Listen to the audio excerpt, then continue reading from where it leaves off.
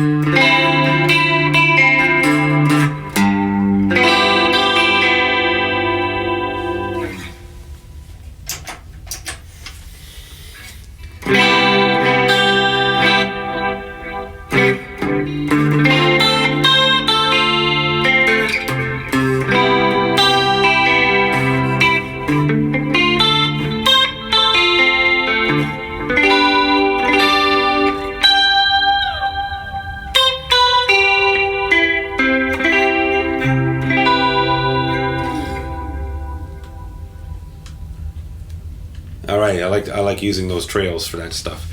So that's how it sounds with a typical rock dirt and some clean with some effects.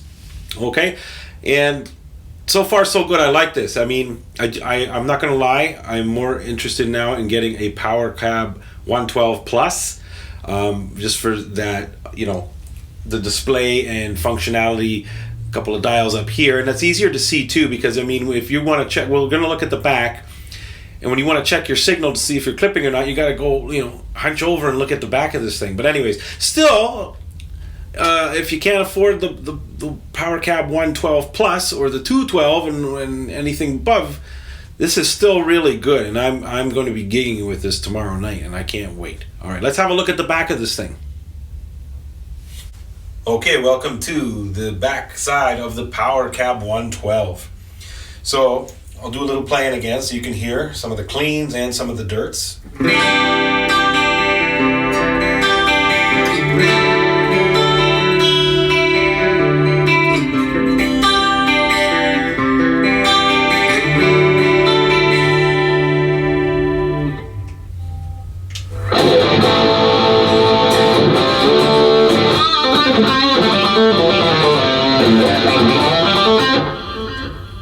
Okay, cool. So quickly we'll do a little, a walkthrough here of what you got. Okay, and there isn't really that much, as I said. There's nothing up here. I know you can't really see because the camera angle's cut off, but there is nothing at the top. It's all here, all your controls. So obviously this is where you plug it in. There's the power switch. Here's your volume. So I have it a little past 9 o'clock, and for bedroom volume, this is more than enough. More than enough. This is great. Here is your mode. Okay, so right now when it's on white, I have it flat. But when you press it, there's a color scheme for each speaker, right? So that's cream. This is Jarvis. That's a Jensen. Bayou, I believe, is an Eminence. This Essex would be a Vox. And then you can have it down here with no LED, and it says HF off. So I guess like the high filter or something like that is off. So I didn't read the manual on this yet, but it is pretty self-explanatory. So we can try some voicings if you like, but before we do that, there's the low cut switch here, so you can have it off, and that's at 80 hertz, or you can have it on, which I'm keeping it on to keep some of the boobiness out. Ground switch, and I forgot to mention in the first segment, there are two ports. Okay, so this is where I'm plugged in. This is the line input, it says, so you can have a 1/4 inch or XLR, and you can output this, so that's great, right? So you can output this to your PA or the front of house or something. So that's awesome. So let's try just a couple of these voicings. So I'm gonna go with the greenback. So let me get to my preset here, and I'm gonna turn the cab sim off. Okay, so I've turned it off. So now let's see how this sounds. And I have a placator amp going here.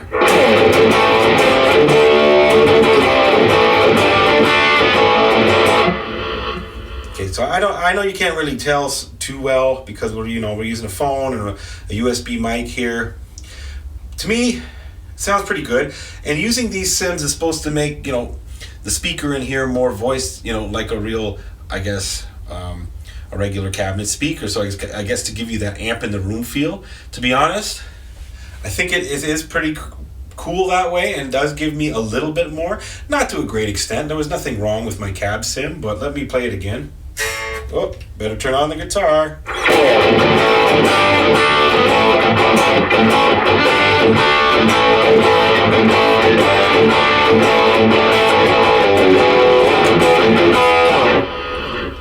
Yeah, you know what? That kind of does make me feel like it is like I'm playing, like running it through the front of my amp. So I like that. I don't know what I'm going to try at the gig tomorrow, but that's cool.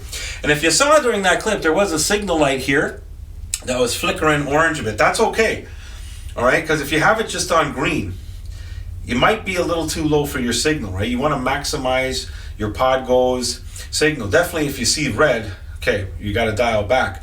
But a little orange never hurt anyone, okay? So that's good, and I think this is at a pretty good level.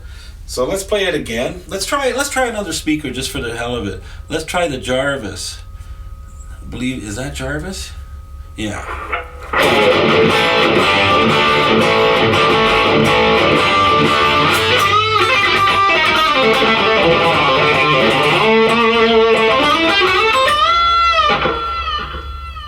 Okay, that was pretty cool. So I'm gonna put it back to flat. And let's put the cab back on, my preset, for just a quick comparison, and then we'll end this video.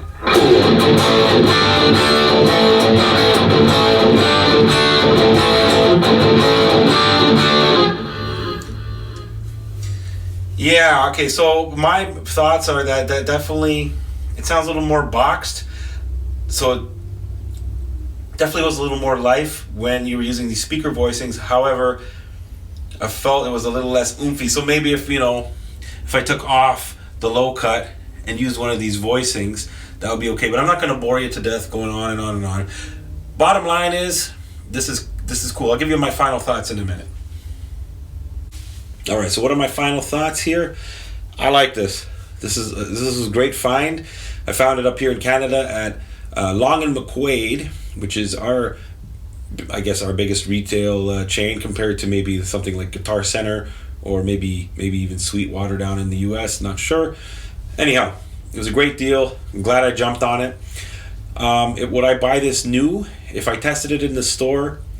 No, I might spend more and go for the Powercab 112 Plus just because of the extra, the dials on top, and I believe with the Powercab 112 Plus, there's an editor for it, so you can, and there might be some more voicings and stuff too, I don't know, but that feature I like because this is very straightforward and simple. So if you're a beginner and new to modeling and you're just starting with the Pod Go, definitely check this out. This is a great starter.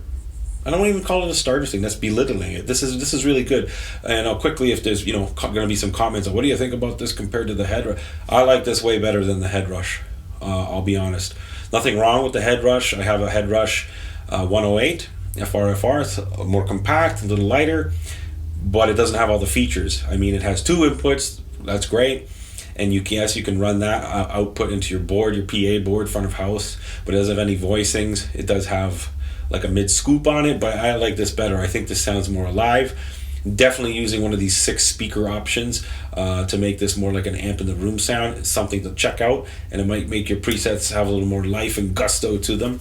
So I'll be using this at my gig tomorrow night, and I might be using the Pod Go.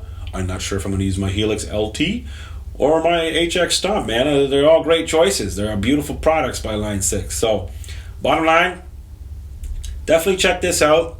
But for the more intermediate and advanced players out there or experience with the modelers, go for the Powercab 112 Plus, because I think that the features that it has will be definitely be more beneficial, more exciting, more useful. And I'm definitely going to get a Powercab 112 Plus down the road. But for now, this will do. I'm glad I got it. Take care, everybody, and thanks for watching this video. If you've watched the whole thing or segments, it's great. If you're a new viewer, thanks for stopping by and checking this out. And I got lots of other great Line 6 Pod Go videos and a couple of HX Stomp ones and whatnot on this channel. To any returning viewer, thank you. Please give the video a like, it helps. And if you're so inclined, hit that subscription button, ring that notification bell so you know when the next video comes out. Okay, so until next time, take care and be good to each other.